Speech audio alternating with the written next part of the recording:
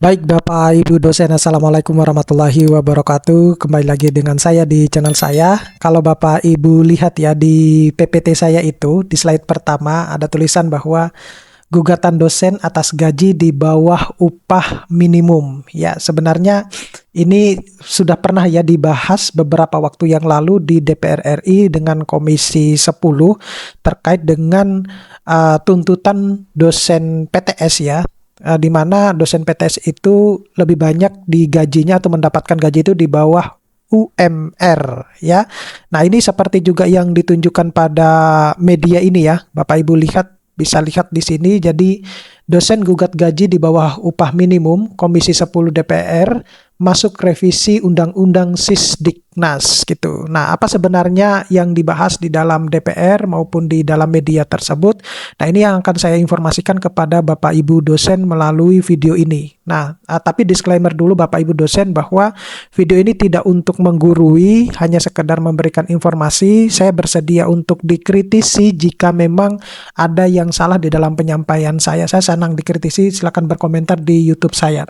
Nah, tapi sebelum saya membahas ini lebih dalam, saya mau menginformasikan kepada Bapak Ibu dosen bahwa bagi Bapak Ibu dosen yang ingin mendownload e-book yang bisa digunakan untuk menulis jurnal di Scopus, menulis jurnal Sinta 1 hingga Sinta 6, kemudian menulis buku dan lain sebagainya, Bapak Ibu dosen bisa mendownloadnya melalui link yang sudah saya sediakan pada deskripsi di video saya ini. Ataupun Bapak Ibu dosen bisa men-follow Instagram maupun YouTube saya ataupun juga Facebook saya, karena biasanya yang berkaitan dengan penulisan artikel ataupun informasi akademik yang lain ya, Bapak Ibu dosen bisa melihat di Instagram ataupun di Facebook dan TikTok maupun YouTube saya. Baik Bapak Ibu dosen, yang pertama dulu yang melatar belakangi peristiwa ini ya, jadi sejumlah dosen ya bersama Serikat Pekerja Kampus itu mengajukan uji materi yaitu judicial review terhadap Undang-Undang Nomor 14 Tahun 2005 tentang guru dan dosen ke Mahkamah Konstitusi. Nah, mereka itu menyoroti praktik penghasilan dosen terutama di sebagian kampus swasta atau PTS ya, dan dosen non-ASN yang disebut masih ada yang di bawah upah minimum di daerah. Sebenarnya ini bukan informasi umum ya. Ini sudah lama sebenarnya kalau kita berbicara tentang penghasilan dosen, khususnya untuk dosen-dosen di kampus swasta ataupun di PTS ya. Jadi gugatan ini itu tercatat sebagai perkara nomor 272 garis miring PUU strip 23 Romawi tahun 2025 gitu ya. Jadi kita ketahuilah bahwa banyak dosen-dosen, teman-teman dosen kita di PTS itu yang mendapatkan bayarannya itu bahkan untuk gaji pokoknya itu hanya cuma 1 juta. Nah, ini sangat miris sekali ya, mengingat bahwa meskipun baru-baru ini Mendikti Saintek itu mengeluarkan kebijakan baru, aturan baru terkait dengan Permendikbudristek nomor 52 tahun 2025. Tetapi secara eksplisit itu tidak sama sekali berbicara terkait dengan kesejahteraan dosen khususnya untuk di dosen PTS. Hanya karena memang harus diatur di lembaga yayasan atau di ini ya, di lembaga yang lain lah seperti itu, di kampusnya sendirilah. Nah, kemudian objek gugatan di Mahkamah Konstitusi itu ini ya, tadi sudah saya sebutkan bahwa uji materi nomor Undang-Undang 14 tahun 2005 tentang guru dan dosen pasal 52 ayat 1, 2 dan 3 yang menjadi fokus gugatannya. Perkaranya itu tercatat di sini ya, di nomor ini. Nah, tuntutan utama pemohon di sini jadi poin tuntutan yang paling menonjol itu adalah gaji pokok dosen diminta minimal setara dengan UMR atau UMK di wilayah tempat satuan pendidikan tinggi berada, dengan kompensasi tunjangan lain tetap ada untuk kebutuhan profesional dosen.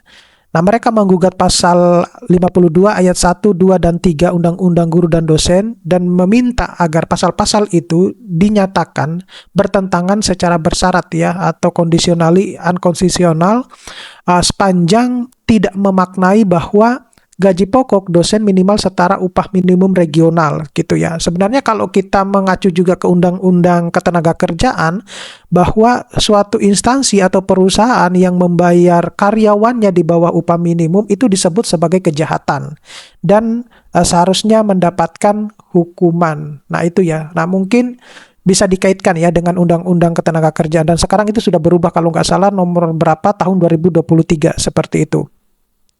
Nah, selanjutnya itu adalah alasan dan argumentasi gugatan tersebut ya. Jadi kenapa pasal ini dipersoalkan ya? Masalah parameter upah layaknya gitu ya.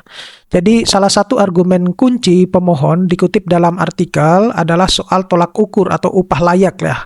Di Undang-Undang pasal 52, parameter yang digunakan itu disebut kebutuhan hidup minimum. Nah, pemohon menilai istilah atau parameter yang sudah berubah ya, kemudian dikenal dengan konsep kebutuhan hidup layak ya. Nah, namun setelah adanya regulasi pengupahan dalam narasi pemohon, mekanisme penentuan upah minimum itu lebih banyak memakai formasi atau formula atau indeksasi ya, sehingga parameter hidup layak dianggap tidak lagi menjadi ukuran yang jelas atau operasional. Akibatnya, menurut beberapa dosen, kelayakan atau penghasilan dosen jadi kabur karena tidak punya patokan yang tegas. Nah, intinya pemohon itu ingin standar minimal yang tegas ya, upah minimum untuk gaji pokok, bukan sekedar frasa di atas kebutuhan hidup minimum yang dinilai bisa ditafsirkan longgar.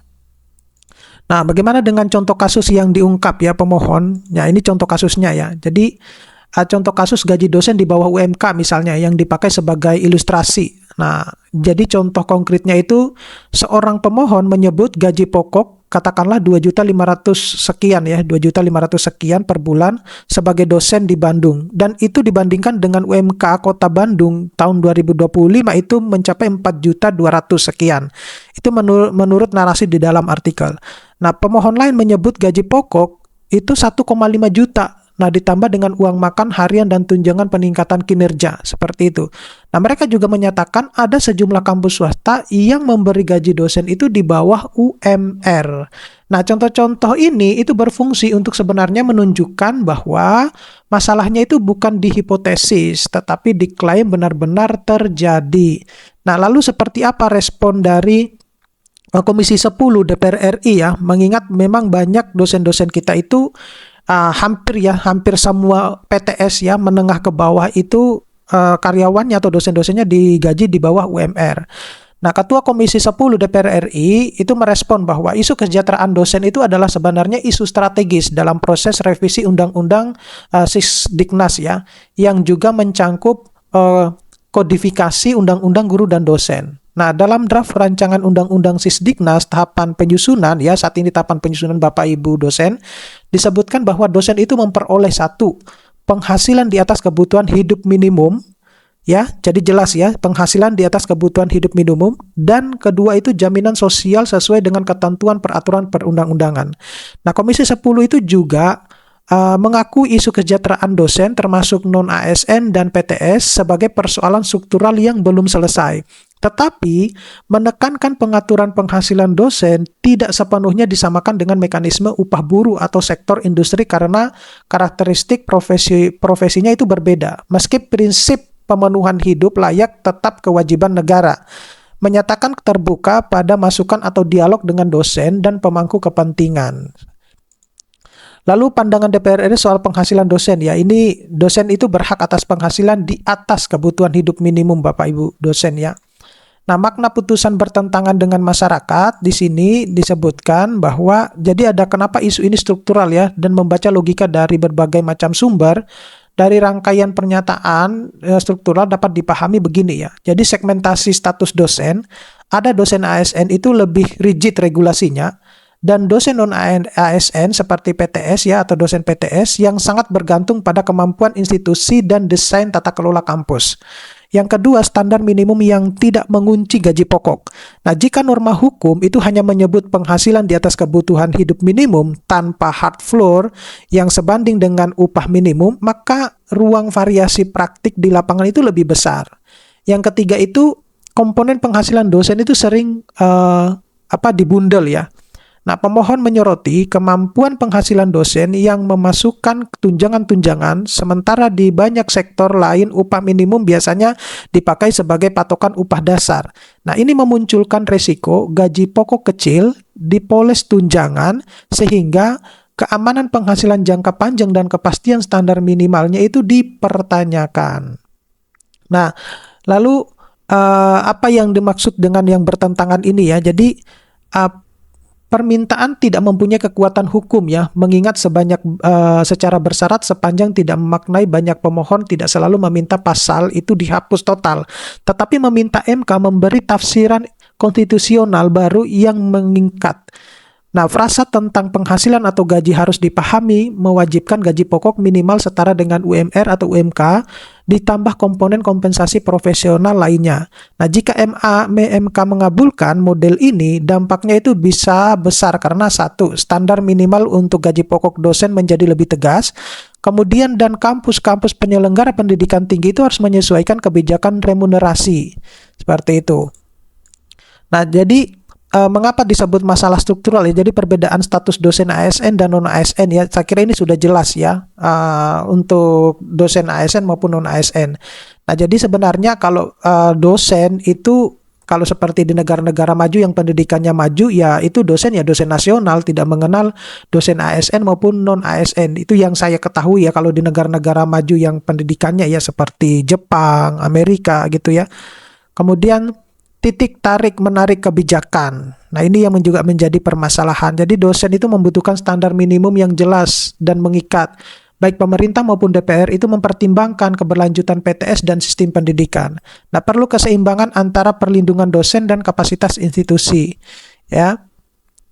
Nah, kemudian kalau disimpulkan Bapak Ibu dosen bahwa dua sisi yang muncul itu satu ya, butuh standar minimal yang konkret ya, baik UMR ataupun UMK untuk melindungi dosen dari praktik gaji di bawah upah minimum dan standar layak ya, yang kabur.